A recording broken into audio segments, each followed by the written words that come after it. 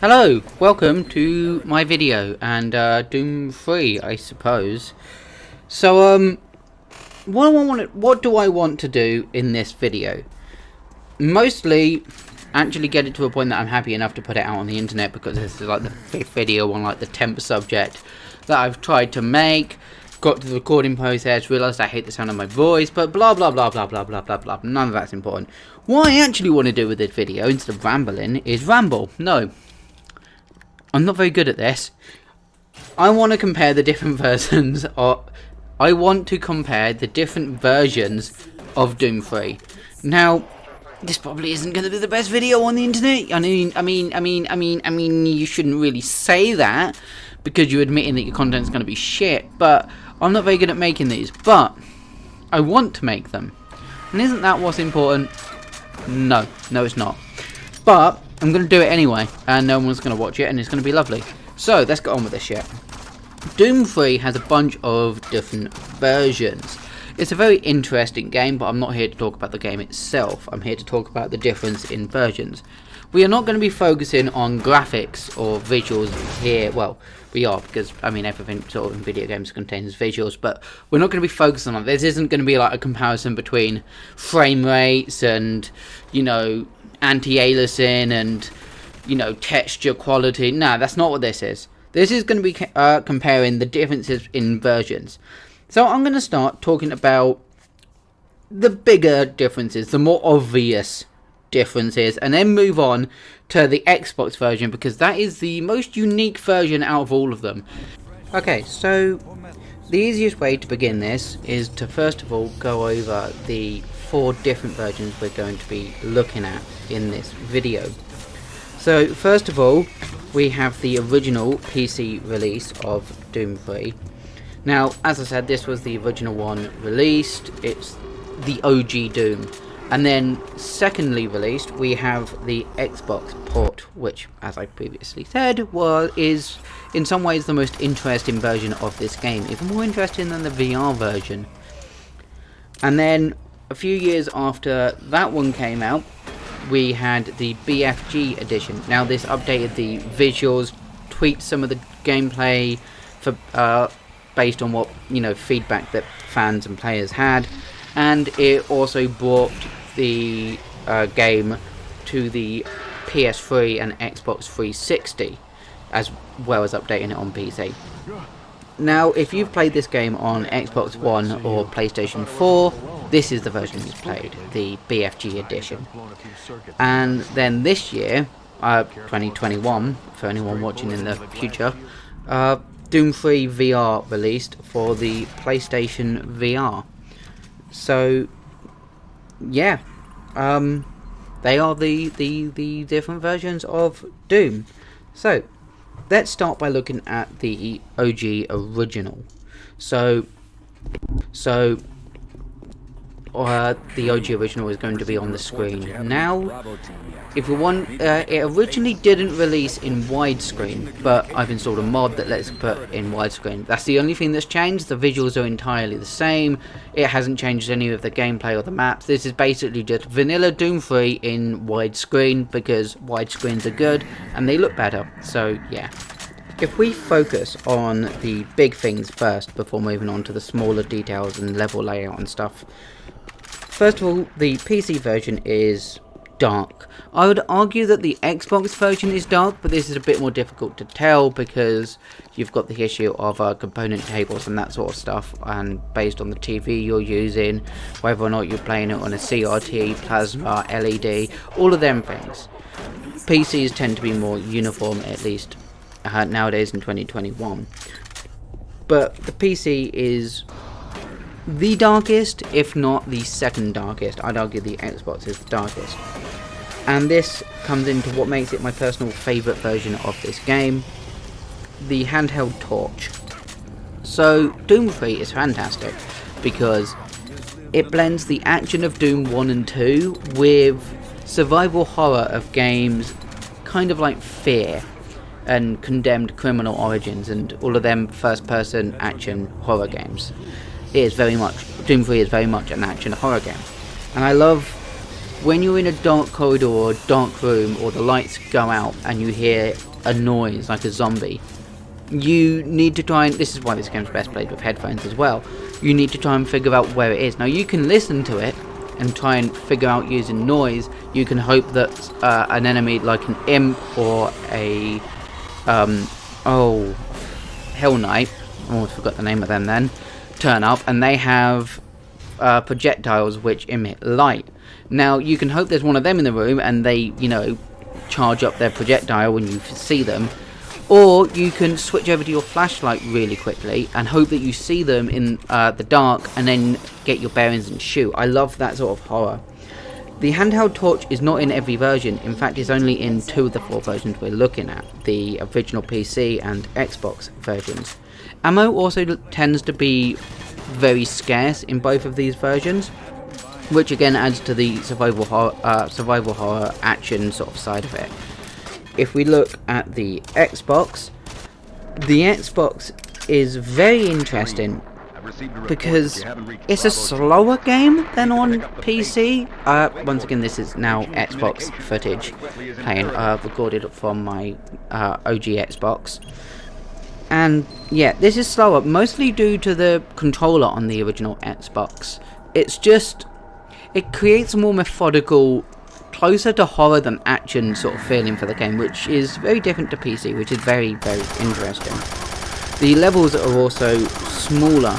They're split up into smaller sections, so what would be one level on Doom PC will be split up into 2 or 3 parts in Doom Xbox. Despite this, they still shave bits off. They tend to be less detailed levels. You tend to have little areas missing, just little nooks and crannies where you'd be able to find, say, health, armor, ammo, weapons, that sort of thing. Just little bits are missing. For example, during the intro, there's a sort of little cafe, sort of relaxation area with arcades and stuff. That's not in the Xbox version. It's just not, it's cut. Instead, the vending machines and arcade machines are moved to a corridor on your way to where you're going. Just little details like that are missing, making the Xbox version the one with the most levels, but also the least amount of content. Now, if we move on to the BFG edition, which came out next, this is graphically easily the most impressive. It's got the higher quality of textures, just graphically it's the best looking one.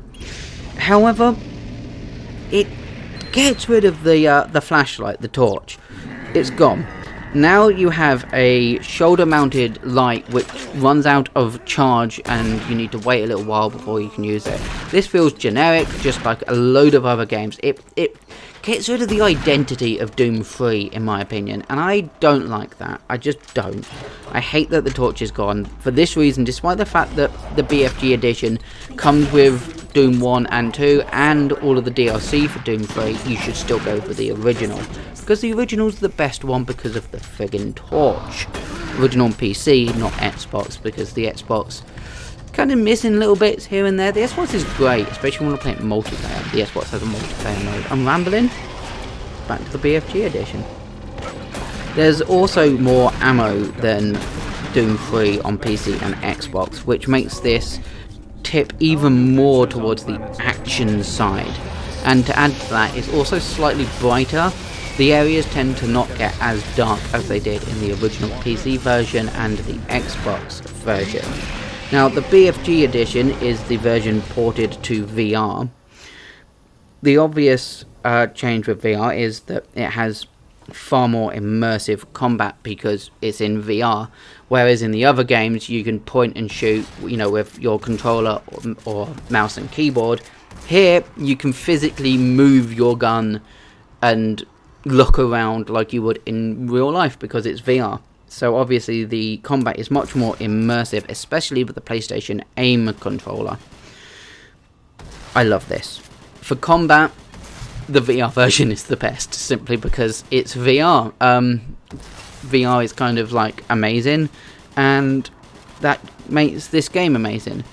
The other thing though is cutscenes tend to be balked because you're going to be seeing this on the screen right now, but they tend to be projected on a screen in front of you instead of just being in them. You're not there, you're watching them, and it feels really disconnected, especially when you jump back into action.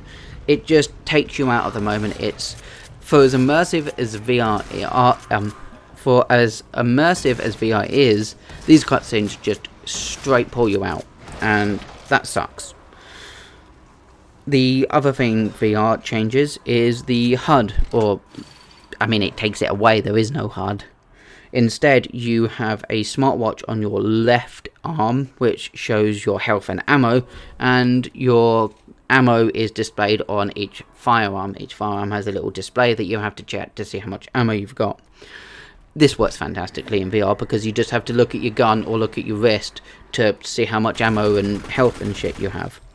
Now, the torch in VR, I'm really split. I don't hate it as much as I thought I would, but it's not a torch. It's similar to Doom BFG edition, apart from instead of it being a shoulder mounted light, it's now mounted to each of your guns. Every gun has a flashlight attachment, and this works better than the shoulder mounted one, mostly because it's VR, and it means that in the same way you can move your torch around, in like real life, you can move your gun around and it acts as a torch. I don't like the battery feature on it, but in VR it would be really cumbersome to try and switch weapons and stuff all the time. It wouldn't work as much as it would as hitting the little white button on the Xbox or F for flashlight on the PC. It's having to actually physically move your torch away and get out a gun and then do the same in reverse. Wouldn't work in VR. Now, what I thought they would do is have the PlayStation Move controllers, so you could hold the torch in one hand and hold a one-handed firearm like the pistol in the other, or the Soul Cube. And they haven't done this. You can't use the PlayStation Move controllers at all, so that's a missed opportunity. So for this section, we're going to be focusing on the Xbox port of Doom 3. And basically, like I said, they shaved a bunch off, changed the levels around, split it up into two parts. We're going to be looking at the level Alpha Labs 1.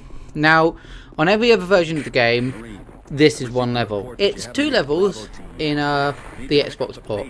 That's just an example of what I mean. You'll see where it's split up. We're going to look at this level in quite a bit of depth. So, starting off right at the beginning of the level in the airlock, the boxes that are to the left, in every other version, these are straight up against the wall.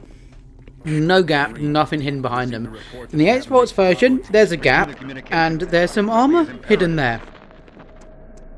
Next, we have a zombie soldier who is in a different position.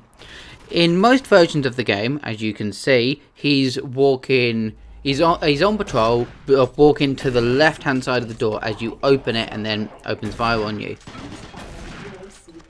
In the Xbox version, however, as you can see, he is hiding behind these boxes waiting to ambush you instead of just on patrol. So next we have the EPD lab.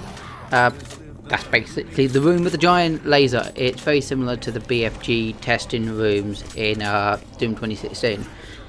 The EPD lab is very different. This is probably the room we're going to spend the most time on because it's just very different. And to start with, on the Xbox version and the Xbox version alone, there's a door that leads into this room. This door takes the place of a basically either side of the laser beam there's like a little raised platform with a computer terminal. In every other version there's a large viewing platform window thing that you have to jump through to get into the room, but that window is completely absent in the Xbox version.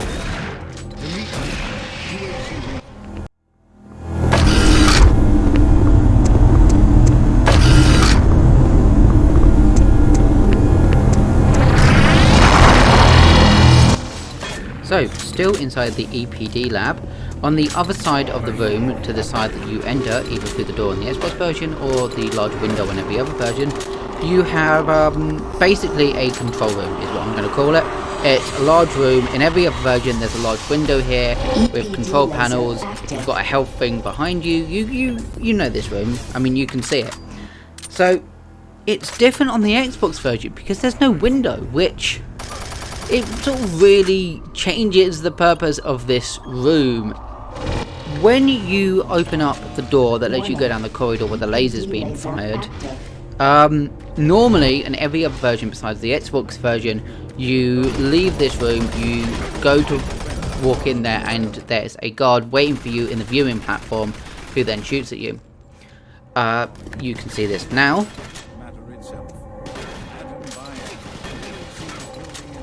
On the Xbox version though, the viewing platform isn't there, and because of this, the guard rushes the control room waiting to ambush you inside of it.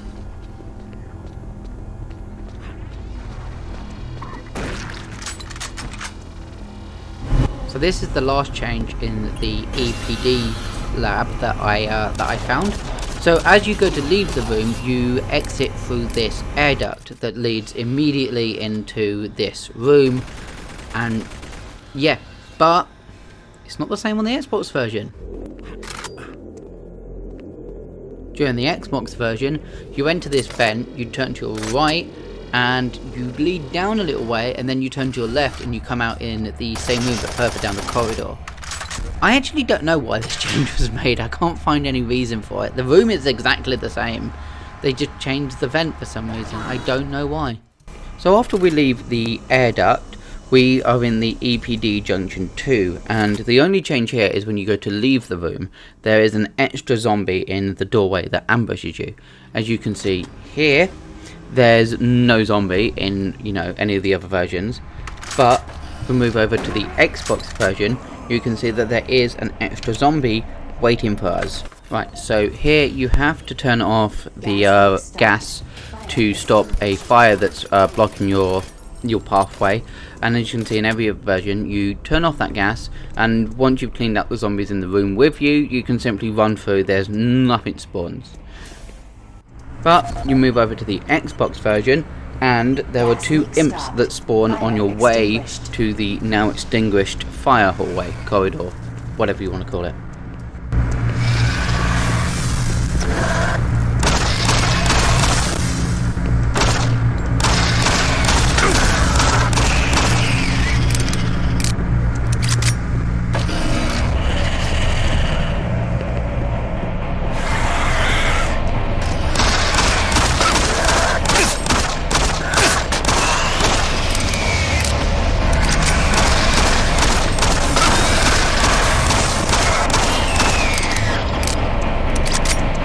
So, in this room, we have a door that is jammed and only opens partially, and then you have to go down into this underground passageway that leads up into the room, and it also leads into a little extra corridor bit where if you go further down the underfloor sort of pathway. Now, this is completely different in the Xbox version. If we move over to that, we can see that the underfloor passageway is completely absent. We have no need to go through there, and the door opens as if it's no problem. It's just an example of how this little part of the level has just been shaved away. It's just an interesting example of what I was talking about earlier. As if to make up for the extra zombie and two imps we had earlier, the Xbox version actually has no enemies in this room, whereas there are two zombies in every other version. So, just kind of makes up the difference there. We have this little, I don't know what you call it, little corner, little nook, little extra area where you can find some health and armor. Now, this is absent in the Xbox version, it's just not there, as you can see. And then we have the most obvious change in the entire level. So in every other version, you leave the room with the jammed door, you move down the corridor. Not in the Xbox version. In the Xbox version, you have to go through a sort of airlock load zone area, which is an example of what I was talking about when I say the levels. Although there is the least amount of content in the Xbox version, there is the most amount of levels because they're split up like this. This is a relatively short level in the game. It takes me around about 10 to 15 minutes, depending on how I'm playing, to beat this level. On the Xbox version, even that small level is split up into two parts. So, as we enter this room, the In every other version, there is a bunch of explosive barrels around this zombie soldier that ambushes us. If we move over to the Xbox version, we can see that there are significantly less explosive barrels here. Now, when we get upstairs, you are ambushed by an imp as you pick up these armor shards. As you can see, the wall opens up and the imp ambushes you. In every other version, it's only this one single imp. On the Xbox version, as you can see, the wall opens up, the imp ambushes you, but then there's a second imp that spawns in after you kill the first one. So there's just an extra imp during this ambush. So at the final change I found in this level. Now, normally you enter this sort of T-junction and you can have a look down this dead end. There's, you know, very little there besides the dead end. And you can go into this corridor here and there's nothing here. Absolutely nothing, except from on the Xbox version there is. If we enter this little dead end with the locked door on the Xbox version, we pick up these shotgun shells that are not there on any other version, and then you get ambushed by an imp.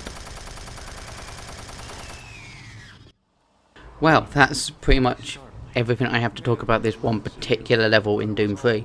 I just wanted to take one level and use it as an example for the things that are different between each version of the game.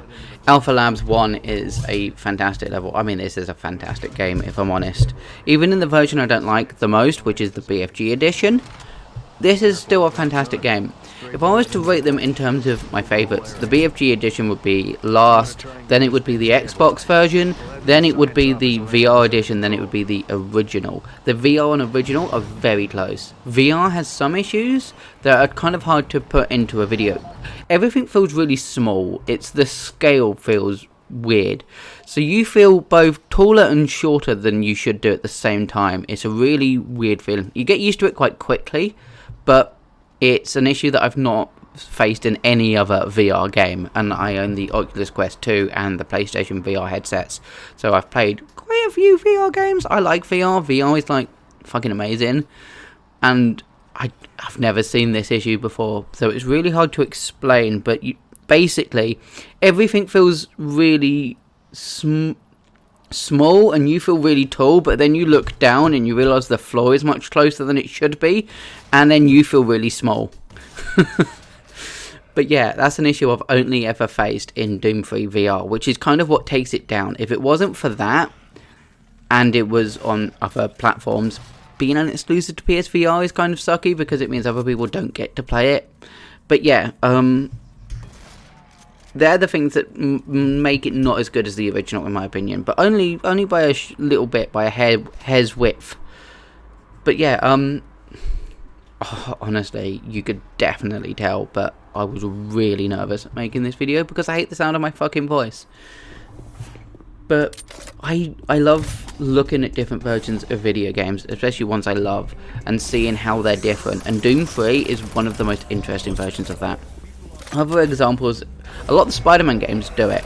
For example, Spider-Man 3 is different on almost every platform it came out. Spider-Man 2 as well. You look at Spider-Man 2 on the PC, on the GBA, I believe, and the PlayStation 2, and they're 3 different games made by 3 different development teams.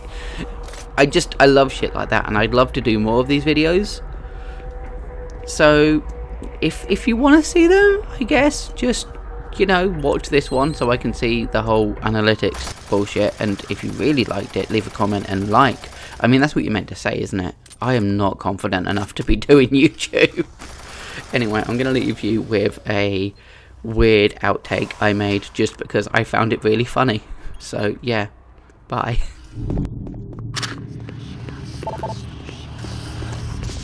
And then get ambushed. I went to say ambush and imp at the same time, and it came out as imbush.